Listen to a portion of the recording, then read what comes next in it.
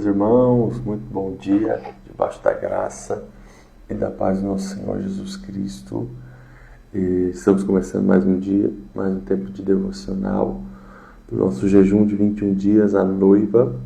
Hoje nós estamos no quarto dia, ok? Nós vamos falar sobre a casa de Deus e a noiva.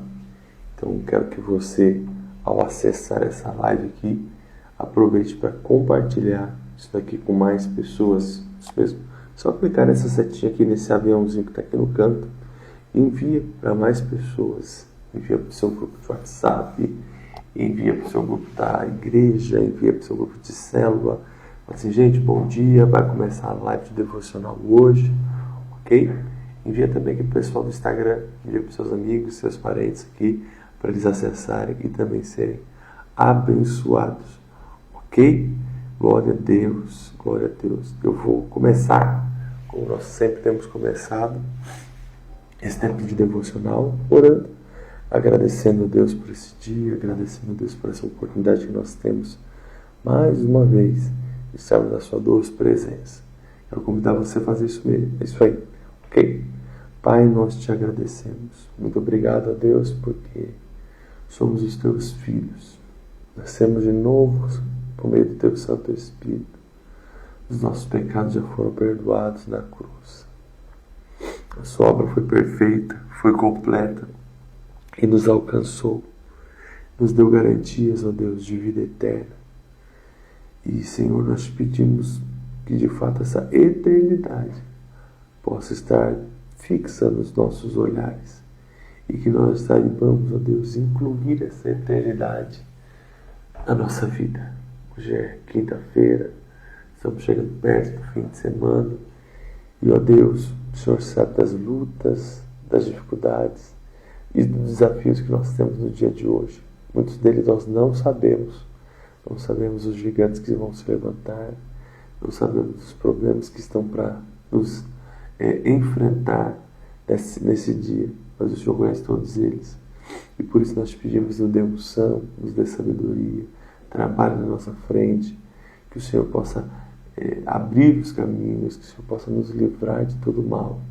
Pai, eu oro guardando cada um dos meus irmãos que estão assistindo essa live, que eles possam ser abençoados, protegidos, guardados, blindados pelo Senhor, e que eles possam perceber sinais da bondade e do favor do Senhor na vida de cada um deles. Em Teu nome eu oro, já te agradecendo. Amém? Glória a Deus, aleluia. Bom, nós estamos aqui, nosso tempo de devocional, estamos no quarto dia sobre a casa de Deus e a noiva. E o texto base, são dois textos que nós vamos ler hoje, são dois textos. O primeiro está em 1 Coríntios, capítulo 15, verso 19, que diz o seguinte: se a nossa esperança em Cristo se limita apenas a essa vida, somos os mais infelizes de todos os homens. E lá em João 14, do 1 ao 13, Jesus fala o seguinte: olha, não se turbe o vosso coração. Creiam em Deus, creiam também em mim. Na casa de meu Pai há muitas moradas. Se assim não fora, eu vos teria dito, pois vou preparar-vos um lugar. E quando eu for e vos preparar lugar, voltarei e vos receberei para mim mesmo, para que onde eu estou, estejais vós também. Amém? Glória a Deus, glória a Deus. Bom, aqui nós precisamos partir de um ponto crucial que o pastor Wilson coloca aqui, é que a revelação de Deus a nós, os seus filhos, ela é progressiva. Ou seja, Deus ele não vai revelar tudo que Ele tem para nós de uma vez. Nós não aguentaríamos. Nós não teríamos essa capacidade interior, intelectual, espiritual para suportar toda a revelação que Deus quer nos dar. É por isso que Ele vai, vamos colocar assim, em conta-gotas.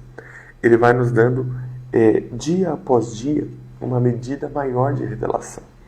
E aqui eu abro um parênteses para desafiar você.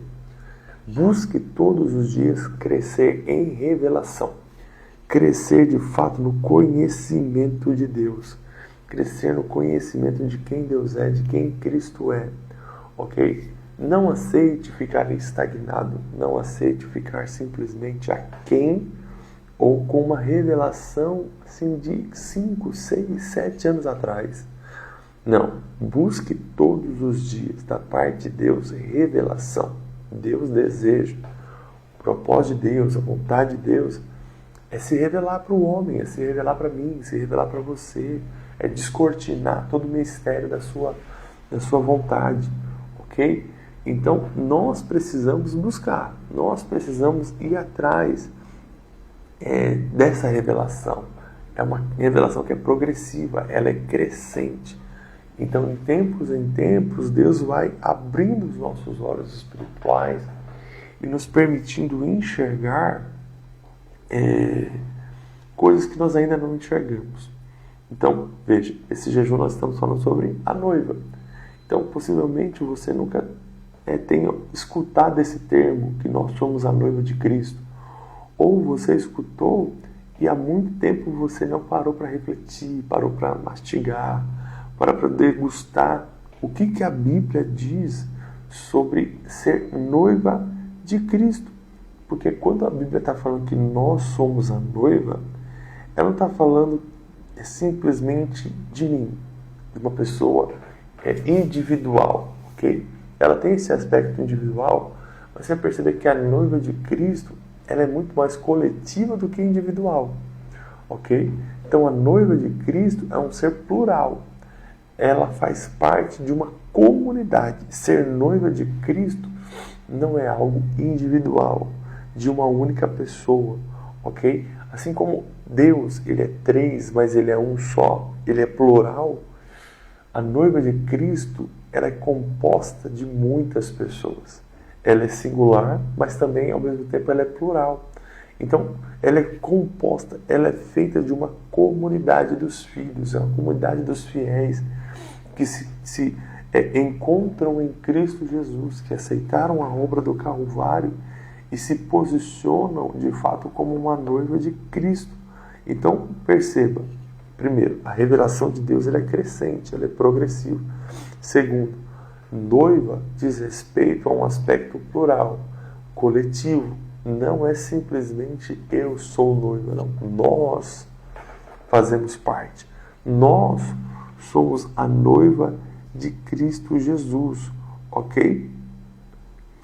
Por que é importante a gente falar sobre ser noiva diz respeito a um aspecto coletivo? Porque o reino de Deus funciona assim. O reino de Deus funciona de maneira coletiva. Mas quando o homem, nós falamos disso ontem, quando o homem ele decide comer da árvore do conhecimento do bem e do mal, ele está seguindo um princípio de Lúcifer, que é um princípio singular, pensar em si mesmo, o seu próprio reino, o seu próprio império, ok? E você vai perceber que isso é completamente diferente do reino de Deus, ok? É um patamar inferior, que se chama individualismo. Então veja, Deus não nos criou para ser seres individuais, ok? Nós temos a nossa individualidade, mas Deus nos criou para ser seres coletivos, para vivermos em família, para vivermos na família de Deus e desfrutarmos dessa família, ok? Então veja, o mundo aplaude o seu individualismo, mas o reino de Deus nós buscamos o plural, nós buscamos o coletivo, ok? Então, por que é importante isso? Porque Deus, ele é amor. E esse amor divino é um amor coletivo. Porque a Bíblia fala que Deus amou o mundo. Então Deus não amou simplesmente uma única pessoa. Deus, ele me ama de maneira individual, mas ele ama todos nós de maneira coletiva. Porque o amor de Deus não é restrito a uma única pessoa. Ele é tão abrangente que alcança todas as pessoas em diferentes eras e épocas. Então, o amor de Deus, ele não é individual. Se ele fosse individual, Deus ele resetaria o mundo a partir do momento que o homem pecou. Mas Deus não faz isso. Deus ele envia Jesus Cristo para morrer por nós, a sua noiva. O noivo vem e ele morre por nós. Então, o amor de Deus, ele não tem nada de individualista. Ele é totalmente comunitário. Ele é totalmente coletivo. Então, nós precisamos entender isso. No reino de Deus, o amor do nosso rei, o amor do nosso pai, o amor do nosso noivo, ele é um amor coletivo. Ele não é um amor individual. Ele é um amor que, de fato, alcança o coletivo. Então, se Deus vive assim, se Jesus Cristo vive assim, se o Espírito Santo vive assim, se no reino de Deus as coisas funcionam de maneira coletiva, aqui também, como nós estamos no reino de Deus, nós precisamos entender isso. Esse estilo de vida que Deus vive, é o estilo de vida do seu reino, precisa ser o meu estilo de vida, o estilo de vida coletivo. Gosto de usar o termo uns para com os outros.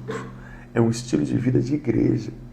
É um estilo de vida onde nós nos doamos, onde nós pensamos de maneira coletiva e nós não pensamos simplesmente de maneira individual.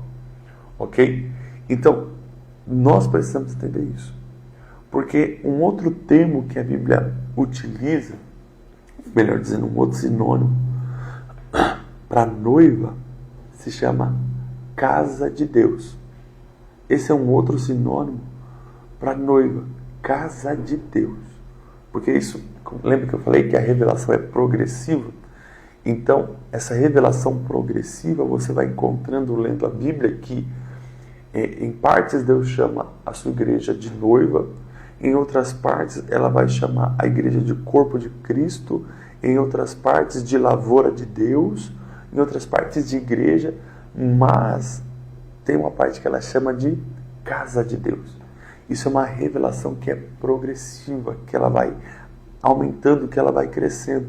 Então, quando a gente chama, ou a Bíblia fala que a igreja, que a noiva de Cristo é a casa de Deus, ela está falando que nós tanto precisamos estar envolvidos, empenhados nessa relacionamento com Deus, como noiva, mas também nesse relacionamento com Deus como casa de Deus, ok? Então, nós somos noiva e também somos a casa de Deus.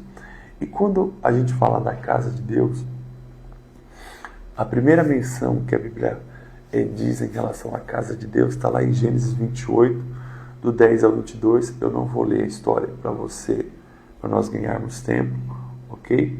Mas a Bíblia fala que a casa de Deus, a primeira menção foi falada quando Jacó estava fugindo do seu irmão Esaú, ok? Ele tinha acabado de roubar a primogenitura, estava fugindo, e aí ele chega num lugar cansado, ele encontra uma pedra, ele faz dessa pedra o seu travesseiro e dorme. E quando ele dorme, ele sonha, e o sonho dele é sobrenatural. Ele sonha com os céus abertos, ele vê uma escada que ligava os céus para a terra, e essa escada, anjos subiam e desciam, subiam e desciam, entendeu? E aí você percebe, Jacó entendeu que aquilo não era um sonho comum. Quando ele acorda, ele consagra, ele levanta um altar ao Senhor por meio daquela pedra e fala o seguinte: ó gente, esse aqui não é outro lugar a não ser a casa de Deus. Isso aqui é a casa de Deus. Aqui você de fato vai encontrar, no mínimo, né, como o pastor Wilson coloca aqui, são 7 coisas elementares. Eu sugiro que você leia depois porque é poderoso demais. Mas a primeira coisa que ele fala que esse símbolo da casa de Deus é é uma escada. Jacó viu uma escada de anjos subindo e descendo, uma escada que conectava o céu com a terra. Então, você percebe que a casa de Deus é um lugar de conexão entre céus e terra. É um lugar de elevação espiritual, de crescimento espiritual. É um lugar que sempre vai te impulsionar a viver a níveis maiores e mais elevados. Então, percebe que a casa de Deus tem esse aspecto de conexão de céus e terra. Então, eu e você, como casa de Deus, de maneira coletiva, temos essa santa conexão dos céus com a terra, ok? Temos essa santa conexão. Depois, ele vai colocar em segundo lugar, é que o topo da escada chegava aos céus e levava até a eternidade. Então, esse é o alvo da casa de Deus, conduzir as pessoas até a eternidade. Esse é o alvo da casa de Deus, nos levar a pensar na eternidade. Terceiro, ele fala que anjos subiam e desciam. Esse santo tráfego espiritual fala de fato de uma intensa interação entre o aqui e agora e a eternidade. Anjos vindo e voltando. Fala de uma conexão sobrenatural. Ok? Isso tudo está dizendo a respeito da casa de Deus, da noiva. É interessante que ele coloca aqui em quarto lugar que Jacó fala, olha, que lugar terrível, Deus está nesse lugar. Então, por mais redundante que seja, a casa de Deus remete a um lugar onde Deus está presente.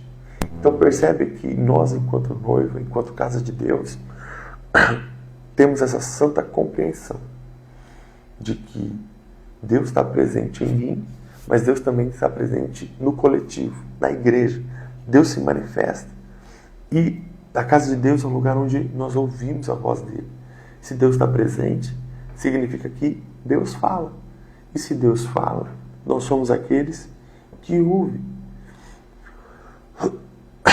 Então, assim, irmãos, para nós entendermos, no sexto lugar ele coloca a casa de Deus, nós entramos pensando em algo natural, do aqui e agora, e Deus nos apresenta a eternidade. Ou seja, Jacó encontrou aquela pedra para dormir. Só que naquela pedra, para ele resolver um problema físico, natural dele, ele teve um encontro com Deus. Ele teve um encontro com o sobrenatural da parte de Deus. Então, muitas vezes a gente olha de maneira natural e Deus vem e se revela de maneira espiritual para nós entendermos a eternidade, ok? E sétimo e último aqui, a casa de Deus é um lugar de aliança.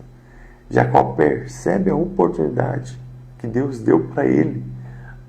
Jacó percebe a experiência que ele teve e falou assim, preciso me aliançar, preciso fazer uma aliança, eu preciso investir na casa de Deus, eu preciso, de fato, ver que isso aqui não foi uma experiência qualquer, foi uma experiência sobrenatural.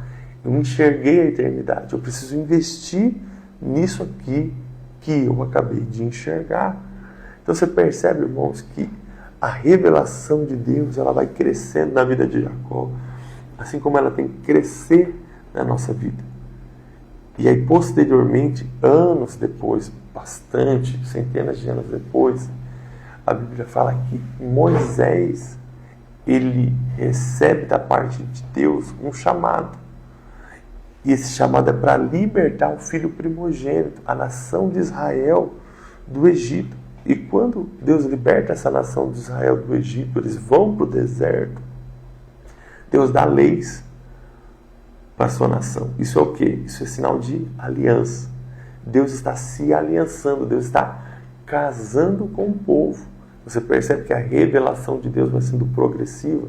Começa com Jacó, mostrando que ele é casa, começa com Adão, mostrando que ele foi chamado para tomar a decisão de escolher Cristo. Adão não responde certamente, ok? Depois, você vai perceber Jacó, Deus se revela, mostrando a casa de Deus. Jacó entende aquele lugar, faz uma aliança, significa que ele está casando com Deus. Posteriormente, a gente está falando de Moisés, né? As leis são dadas, é apresentada para o povo, uma oportunidade de casamento, um pedido de casamento é dado ao povo. O povo entende e fala: queremos isso, queremos nos casar com Deus, queremos estabelecer uma aliança com Deus. A partir do momento que o povo aceita isso, Deus fala: ó, vocês vão ser uma nação de sacerdotes, vocês vão ser o meu povo, vocês vão me representar aqui na terra, vocês vão de fato manifestar o meu reino. Ok? Então esse é o papel da igreja, manifestação do reino de Deus. E aí Deus orienta Moisés a construir um tabernáculo, que é um outro nome para a casa de Deus, é um outro nome para noiva. E nesse tabernáculo que ficava no meio do acampamento, e todas as pessoas deveriam construir a sua tenda direcionada para o tabernáculo, estava apontando o quê? Deus estava ensinando o povo e está ensinando a gente que no reino dele a centralidade é o tabernáculo, a centralidade é a presença, a centralidade é a eternidade. Eternidade. O povo ficava de costa para o inimigo, mas de frente para a eternidade. Essa de fato deve ser a nossa vida. De costa para os inimigos, mas com o olhar fixo na eternidade, visando as coisas eternas, visando a casa de Deus, visando de fato o que é mais importante, que é a casa de Deus. Amém? Glória a Deus. Hoje foi um pouquinho mais extenso, de fato, porque tem bastante conteúdo, são 6h43, mas eu quero orar abençoando a sua vida e declarando que a nossa vida está com os olhos fixos na eternidade. Estamos mirados na eternidade. Amém? Pai, eu te agradeço. Te agradeço por esse tempo, te agradeço por essa oportunidade. Te agradeço pelas revelações que o Senhor tem nos dado. Te agradeço pela graça do Senhor que se manifestou na nossa vida nessa manhã. Que de fato, Senhor, tudo aquilo que nós temos compartilhado, lido, esse tempo de jejum, possa frutificar, possa fazer diferença no nosso coração, possa transformar a nossa vida, Pai. Eu te agradeço, pedindo mais uma vez que as mãos do Senhor possam estar estendidas sobre nós, as misericórdias do Senhor possam estar nos alcançando e nós possamos desfrutar da bondade do Senhor nesse dia. É a nossa oração, em nome de Jesus. Amém? Glória a Deus. Bom, eu espero que você possa ter sido abençoado. Eu tenho sido muito abençoado. Um desafio muito grande para nós fazer essa live, né? Mais uma vez, eu estou falando mais baixo, estou com o microfone, porque as crianças estão dormindo. Agora, encerrando a live, eu vou acordá-los para eles irem para a escola. Por isso que a minha voz é um pouco mais baixa do que o normal. Ok? Mas eu espero que você tenha sido abençoado. Um beijão no seu coração. Até amanhã, se Deus quiser. Tchau, tchau.